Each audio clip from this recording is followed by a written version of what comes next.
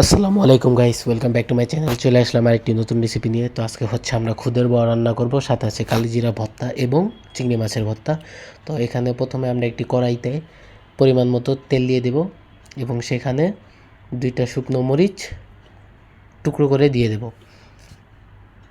এবার এখানে আমরা পেঁয়াজ কুচি দিয়ে দেব,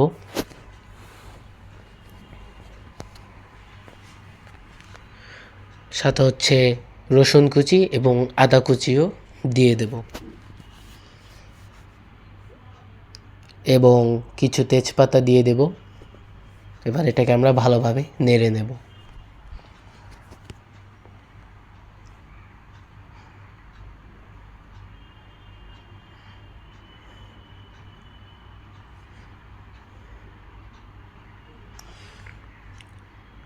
পরিমাণ মতো লবণ দিয়ে দেব।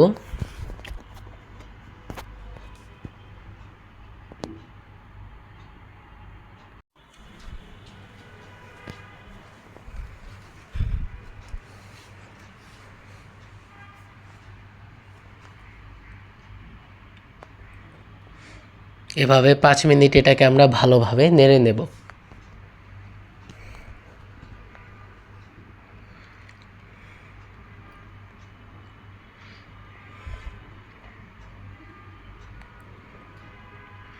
এবার এখানে আমরা খুদ দিয়ে দেব। এটাকে হচ্ছে আমরা ধুয়ে 20 মিনিট ভিজিয়ে রেখেছিলাম। এবার পানিটাকে ঝরিয়ে এই খুদটাকে আমরা এখানে দিয়ে দেব, দিয়ে এটাকে আমরা ভালোভাবে নেড়ে নেব।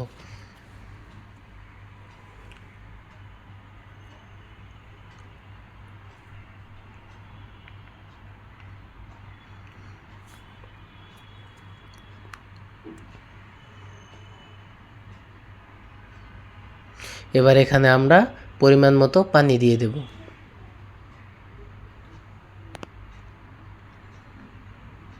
এবং পানিটা শুকানো পর্যন্ত আমরা অপেক্ষা করব। 15 থেকে 20 মিনিট এটাকে এভাবে ঢেকে রেখে দিবেন এবং একটু পরপর ঢাকনাটা উঠিয়ে ভালোভাবে নেড়ে দিবেন। এবার এখানে আমরা কিছু কাঁচামরিচ কুচি দিয়ে দিলাম এবং সাথে একটু পেঁয়াজের টুকরো দিয়ে দিলাম।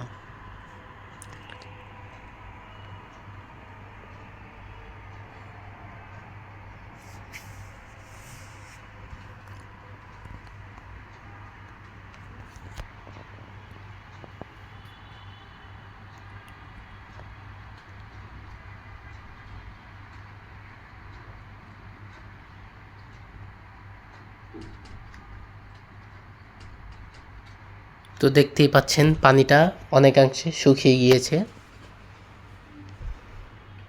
ভালোভাবে আবার আমরা এটাকে একটু নেড়ে দেব।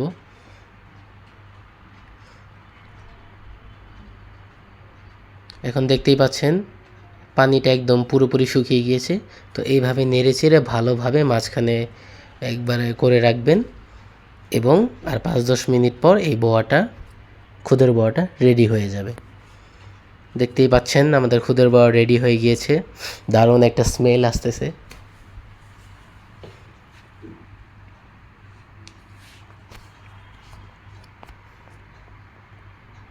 সো আমাদের খুদের বড়া রেডি। তো এবার হচ্ছে আমরা চিংড়ি মাছের ভর্তার রেসিপিতে চলে যাব। তো এখানে আমরা কিছু চিংড়ি মাছ নিয়ে নিয়েছি এবং এটাকে হচ্ছে আমরা সিদ্ধ করে নেব। তো পানিটা যতক্ষণ না পর্যন্ত শুকাবে ততক্ষণ আমরা এই মাছটাকে ভালো করে সিদ্ধ করে নেব এবং একটু পরপর ঢাকনাটা তুলে ভালোভাবে নেড়ে দেবেন।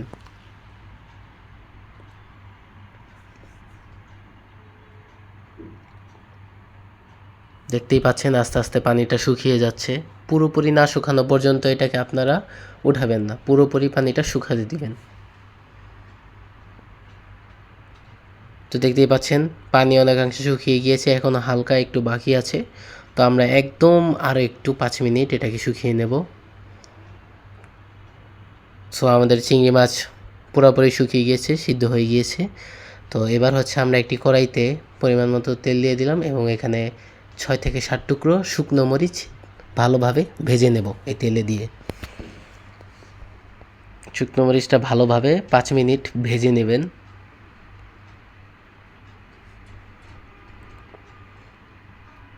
মরিচটা কালো হয়ে যাওয়ার সাথে সাথেই সেটাকে তুলে ফেলবেন। তো এবার হচ্ছে আমরা যেখানে আগাবো এখানে হচ্ছে আমরা স্বাদ মতো লবণ নিলাম, শুকনো মরিচ, ধনেপাতা, পেঁয়াজ কুচি এবং মাছ, এগুলোকে আমরা হচ্ছে ভালোভাবে ডলে নেব।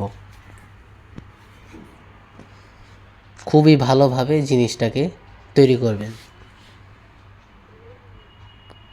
এবার আমরা পেঁয়াজি নিয়ে নিলাম এবং ধনিয়াপাতা একসাথে মিক্স করে ভালোভাবে এটাকে আমরা ডলে নেব। এরপরে আস্তে আস্তে একটা একটা করে মাছ সেটাকে আমরা ভালোভাবে ডলে ভর্তায় পরিণত করব।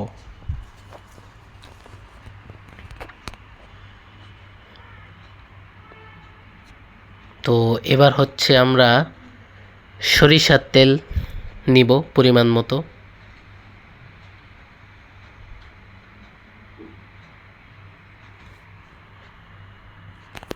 এবার এটাকে আমরা ভালোভাবে ডলে নেব। তো দেখতেই পাচ্ছেন আমাদের চিংড়ি মাছের ভর্তা তৈরি হয়ে গিয়েছে। তো এবার হচ্ছে আমরা আবার একটা কড়াই নিব, সেখানে হচ্ছে আমরা এখানে দুটো শুকনো মরিচ ভালোভাবে টেলে নেব।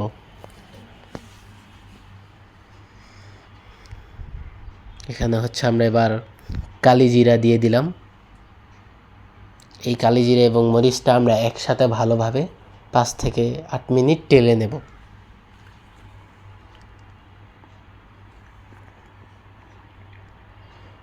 আপনাদের সবাইকে অনেক ধন্যবাদ আমার চ্যানেলটিকে বেশি বেশি করে ভিউজ বাড়ানোর জন্য, এবং আপনাদের ফ্রেন্ডদের সাথে অবশ্যই শেয়ার করে দিবেন এটা। তো এবার হচ্ছে আমরা এখানে 4টা রসুন নিয়ে নিলাম, 4টি রসুন টুকরো নিয়ে নিলাম এবং এটাকেও আমরা ভালোভাবে টেলে নেব। বেশি বেশি করে আমার ভিডিওকে লাইক করবেন, চ্যানেলটি সাবস্ক্রাইব করবেন এবং নিজেদের বন্ধুদের সাথে শেয়ার করে দিবেন।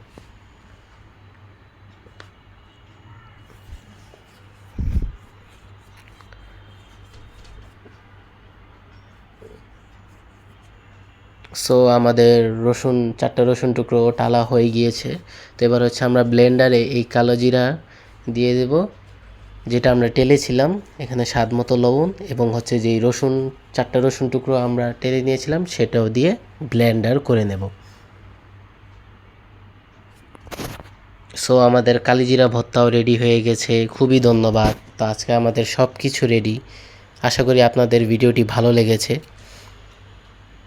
সবাই ভালো থাকবেন। আল্লাহ হাফেজ।